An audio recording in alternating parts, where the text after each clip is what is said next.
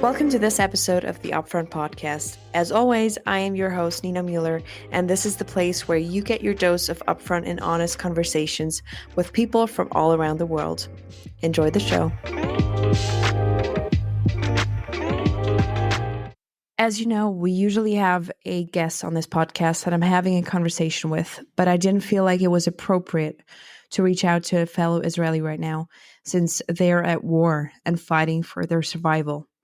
And in the diaspora, meaning outside of Israel, Jews are scared and often wish not to be exposed to more hatred.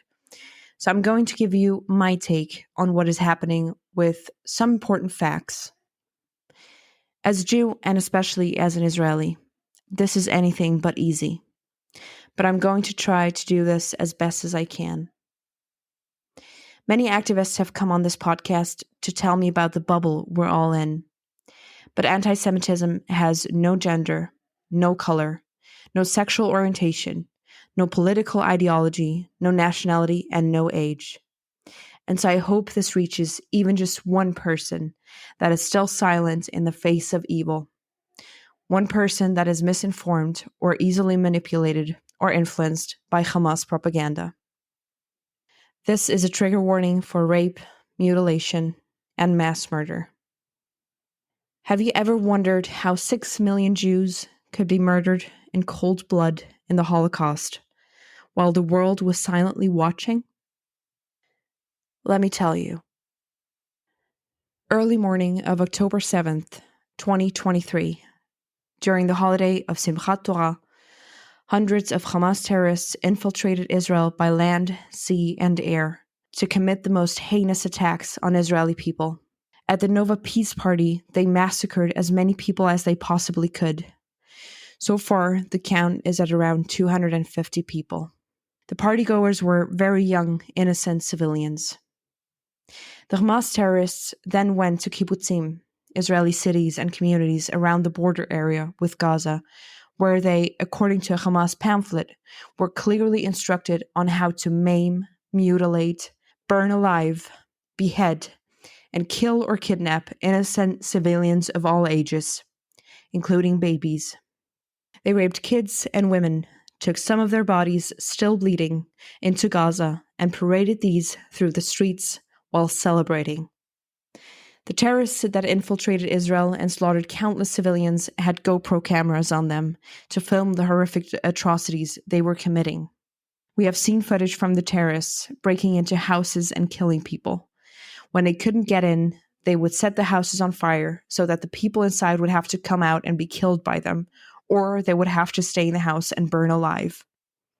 We have seen footage of them beheading people, tying up people and burning them alive, of them spitting on the corpses of the women they had raped, point-blank shooting or kidnapping Holocaust survivors, killing and beheading small babies, bombing ambulances by drones. A terrorist had even logged into a grandmother's Facebook account and live-streamed how he murdered her. This is how her family learned that she had been murdered. These are the people we have been warning the world about for years. The most vile, barbaric, and brutal atrocities you could possibly imagine. Hamas terrorists have murdered over 1,300 innocent civilians in cold blood. This is the highest number of Jews murdered in one day since the Holocaust. In response, Israel declared a state of war. The Israeli Defense Forces are trying to push back the terrorists, make arrests, eliminate the threat of these Hamas terrorists, use the Iron Dome to defend its civilians from the countless missiles being fired at Israeli cities and villages throughout the country. Hamas leaders are in Qatar and stopping their own people in Gaza from evacuating as per Israel and the IDF's instructions. Hamas wants to wipe Israel off the map and even wants the Jewish people worldwide to be eradicated, which is why they had called once again on the Muslim community worldwide, which today stands at 1.8 billion Muslims, to execute global jihad on Jews and Israelis this past Friday, October 13th. I have been asked so many questions over and over, so I'll try to answer them here.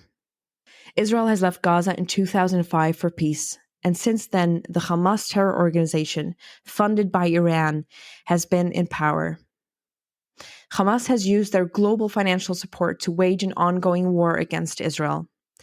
Another terrorist organization right next door is Hezbollah, who are backed by Iran as well. As for peace proposals with the Palestinians, countless proposals over many years had all been rejected by the Palestinians. In quote-unquote normal times, Israel delivers thousands of tons of aid, water, food, medicine, and other supplies to Gaza. Israel has even been providing more aid and easing restrictions on Gaza in the past year, but Hamas ruling Gaza with the aid of funding from throughout the globe, and specifically Iran, has not made this effort an easy one because they kept fueling weapons into Gaza that would eventually be used to kill Israelis. Children in Gaza are taught at a very young age that the Zionists are the ultimate evil, and they even reenact slaughtering Jews at the age of as young as 3 years old. Children's school books are filled with anti-Semitic drawings. During worldwide COVID lockdowns, Abbas, the president of the PA, meaning the Palestinian Authority, in the West Bank had received millions of doses of COVID vaccines, which he withheld from people in the West Bank.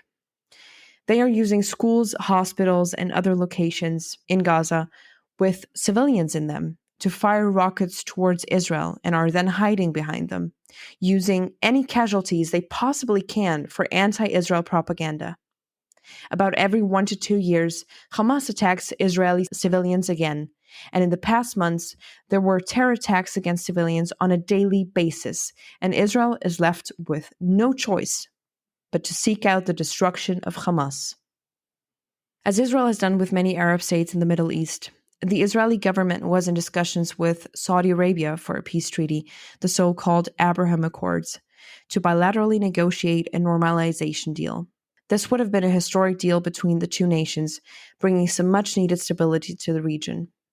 Now, Iran has a majority of Shia Muslim practitioners, while Saudi Arabia is Sunni or Wahhabistic, which is antagonistic to Shia Islam.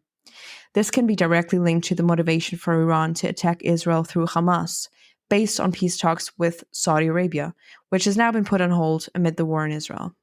Now, for some often repeated misinformation online, let's unpack these claims and fact-check some of their whataboutism arguments. Israel is invading. No.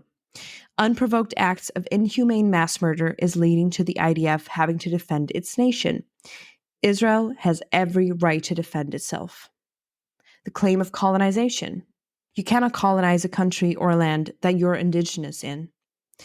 Jews have been in Israel for thousands of years, more than 3,000 to be more exact. On the other hand, there has never been a Palestinian state, and there probably never will be, because Israel has tried many times to come to an understanding, some kind of peace treaty with the Palestinians, but their agenda of eradicating the Jewish people and the state of Israel is apparently more important. Open-air prison. It is Hamas holding these people prisoner. Israel provides supplies from our Israeli taxpayer money, and Israel has left Gaza in 2005, which is 18 years ago. It's an act of resistance. These are actually acts of terror and war crimes against civilians according to international war laws, and these are not considered resistance. It's terrorism. Very simple. It isn't resistance to Israel when you call for the global annihilation of the Jewish people. A two-state solution. As the US have stated clearly after 9/11, you cannot negotiate with terrorists, but that's kind of besides the point. There have been many peace proposals, and the Palestinians rejected all of them.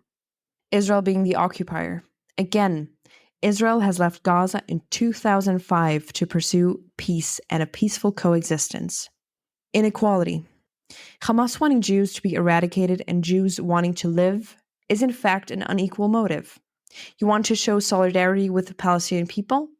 Then you need to advocate for the end of Hamas, not the end of the Jewish people or the state of Israel. There's a wall built around the Palestinians. Yes, and that is for security and safety reasons, to protect innocent Israeli lives in their ancestral homeland. If we didn't have these security measures, you could have seen what would happen October 7th. The saying from the river to the sea. The way they want to achieve that is the complete annihilation of the Jewish state. Nothing else. the claim that they are not terrorists. People that willingly send their kids to slaughter innocent civilians and celebrate when these kids blow themselves up and are then incentivized by monthly payments for the shaheed or martyr's family are the very definition of terrorists. Mothers following this ideology are seen celebrating and proud of their martyr child, even more so when there are a lot of casualties. What we see over and over online is not all babies were beheaded. Are we really debating whether all babies were beheaded or just some? No matter what, Israel started it, and so on. Jews refusing to be murdered is not an act of aggression. It is survival. Not all Palestinians are in support of Hamas. Of course not. But the indoctrination and the brainwashing runs very deep because there haven't been any protests against Hamas. Not one person to stand up to them. Yet, what we have seen is celebrations in the streets of Gaza. Ethnic cleansing being thrown around. If you look up what this term actually means, you might begin to understand. Palestinian terrorists and their supporters are calling for the death of the Jewish people. The IDF, on the other hand, specifically targets terrorists and their weapon storage facilities, not civilians. It is retribution of some kind.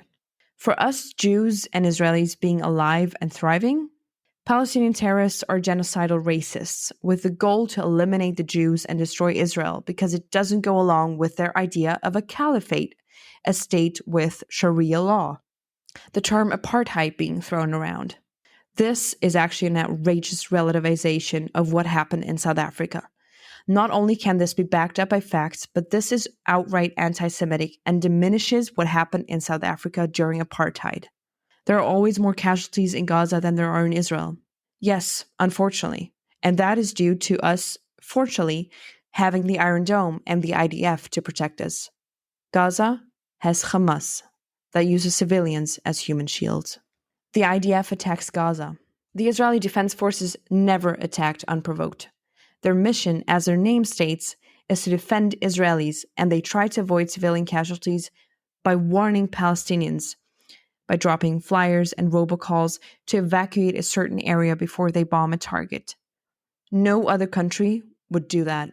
The IDF has also called on civilians in Gaza to evacuate to Egypt and has given them 24 hours to do so. Egypt does not allow them to cross the border, and Hamas, sitting in Qatar, has ordered their people to stay so they can use them for more propaganda if they become casualties.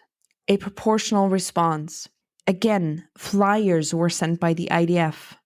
People in Gaza had 24 hours to evacuate. Innocent Israelis that were murdered didn't ever get any warning.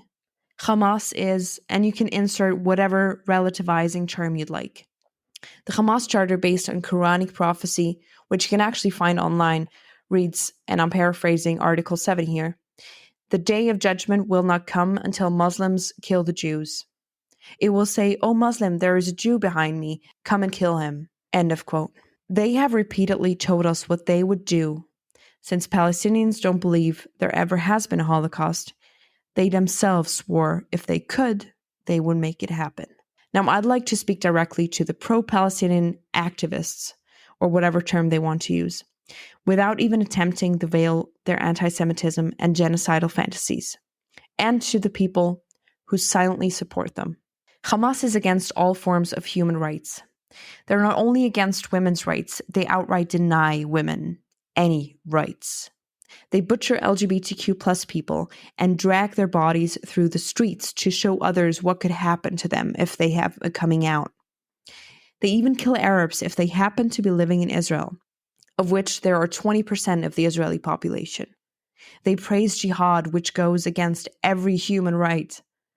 Israel, on the other hand, to this day is the only democracy in the Middle East, granting asylum to LGBTQ plus Palestinians that would otherwise be killed by their own people.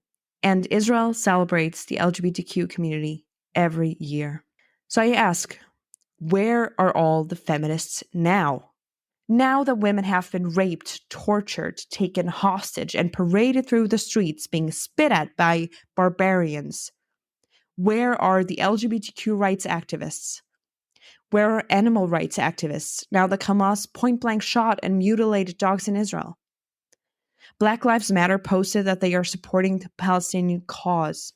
I may remind you, Jews were a very prominent minority in the demonstrations for Black Lives Matter because we know very well what it is like to be racially profiled and persecuted. We have been through that for thousands of years. This is what we get for standing up for you? You're supporting terrorists murdering our people? The Jewish people are one of the most persecuted minorities throughout human history. Why is it that every time innocent Jews are killed, especially in Israel, that there is a global outrage, but not for the innocent people that are murdered, but against the minority that is being killed? Can you possibly explain this in any other way than being anti-Semitic? Now, there have been many symbolic gestures, like Mark Zuckerberg's statement on condemning Hamas, but then reports of anti-Semitism on Instagram and Facebook are responded to as not going against community guidelines. The European Union has released a statement, but are still funding Hamas terrorism that kills innocent Israelis, and we're talking hundreds of millions of dollars, that were halted for one single day to be put under review. The EU is now considering increasing what they call humanitarian aid for Gaza by 50 million euros. The UN, of all organizations, has sanctioned Israel on more counts than most other countries combined. A few days after hundreds of Israelis were killed, the UN Human Rights Council, see the hypocrisy here, observed a moment of silence for the Palestinian territory and elsewhere. Terrorists that massacred civilians do not deserve any solidarity. After 9/11, you also didn't have a moment of silence to commemorate Al-Qaeda, did you now? Israel is forced to fight on all fronts, and the online sphere has become one of them. Let me tell you, from someone who has lived through war and seeing this vile hatred online while I was hoping to live for another day, this is not okay. According to CBS News, anti-Semitic rhetoric is at 488% since Hamas attacked Israel. There have been so many people legitimizing terror because they support the genocide of the Jewish people. Along with them, some people in power, like Representative Ilhan Omar, that has shared a photo from 2013 of child victims of the Assad gas attack on the Syrian people, as a photo that was supposed to show casualties in Gaza. And her colleague Tlaib couldn't even be bothered to condemn Hamas murdering innocent civilians. People like these should have no say in places where decisions are being made. Monuments all over the world were lit up in the colors of the Israeli flag, but Arabs in your streets are handing out candy celebrating their brother's victorious slaughter of Jews. Is this anything more than performative nonsense without sanctions, freezing of aid funds that directly support terrorism and come back to Israel in the form of missiles? Your words mean absolutely nothing. If you don't back up your words with actions, your words have no meaning, weight, or validity. While Israelis are fighting for their survival, Jews around the world are scared too. They are being targeted, attacked, hunted. Many have hidden their kippahs, have removed any sign of their Jewishness, so to speak, have taken off their necklaces with a Magen David on them, removed the mezuzah from their doors, out of fear of being detected. So let me state this very clearly. It is not nuanced, complex, or complicated. What would your country do? What would you do? Would you just stand back, have your civilians slaughtered, and your only country, your home, be wiped off the face of the earth? Or would you fight for your survival? If you have been silent in this past week, you are supporting Hamas and their propaganda machinery. You're supporting the genocide of Jews. So far, since October 7th, the death toll of Israeli civilians is more than 1,300 people, 291 soldiers, 54 police officers, and thousands are injured. 199 people, including babies, are still being held hostage in Gaza, and the full count is yet to be known, as many people are still missing. This is exactly how 6 million Jews were murdered by the Nazis in the Holocaust while the world was watching and people were silent. When we say never again, we mean never again. It's not like some Europeans putting this on their Instagram story on a Holocaust Remembrance Day, trying to veil their Nazi heritage. We actually mean it. If you are not clearly and unequivocally condemning the heinous acts of Palestinian terrorists, you are an accomplice. If you are silent and looking away because it's uncomfortable or for whatever reason, you are an accomplice. If you are supporting Hamas, you are an accomplice. If you side with terrorists, you're part of the problem. We need your clear, unequivocal condemnation of Hamas. That's all. May the IDF be safe. Bring home our families. And may we as a Jewish people persevere. Am Yisrael Chai.